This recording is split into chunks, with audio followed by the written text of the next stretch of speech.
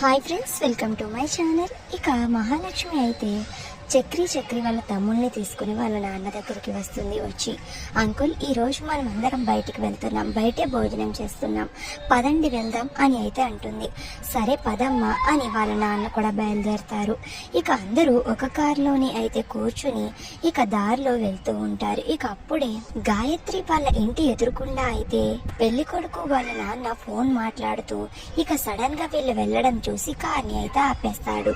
ఆపేసి, మీరు నాకు తెలుసు, మీరు బంధువులు కదూ, రండి రండి, అలాంటి బంధువుల గురించే మేము ఎదురు చూస్తున్నాం, పదండి లోపలికి పదండి అని అయితే వాళ్ళని లోపలికి తీసుకుని వెళ్తూ ఉంటాడు. ఇక లోపల పెళ్లి కొడుకు వాళ్ళ అమ్మ అందరూ కూడా ఉంటారు.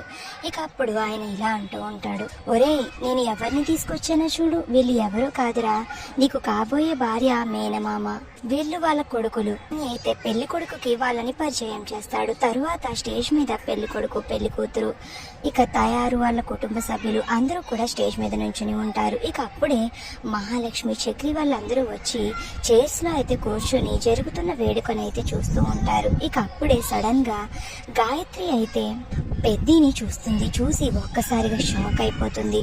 ఏంటి బావ ఇక్కడికి వచ్చాడు అని అయితే అలా పెద్దిని చూస్తూ ఉంటుంది. ఇక అప్పుడే పంతులు గారు ఇలా అంటూ ఉంటారు, అమ్మ ముహూర్త సమయం దాటిపోతుంది, ఒకరు ఉంగరాలు ఒకరు మార్చుకోండి అని అయితే అంటూ ఉంటాడు. ఇక అప్పుడే అది ఏమీ పట్టించుకోకుండా గాయత్రి అయితే మాధవ్ వైపు అలా చూస్తూ ఉంటుంది. ఇక అప్పుడే తాయారు, అమ్మ గాయత్రి ఉంగరం పెట్టు, ముహూర్తం దాటిపోతుందంట అని అయితే అంటూ గాయత్రిని అంటూ ఉంటే, నీకు అసలు బుద్ధుందా, మాట్లాడావంటే చంపేస్తాను, దేవుడు లాంటి భావను ఎదురుకుండా పెట్టుకుని ఈ చెత్త వేదవకి ఉంగరం పెట్టమంటావేంటి, నీకు అసలు బుద్ధి ఉందా అని అయితే గాయత్రి చాలా గట్టిగా అరిచేస్తుంది.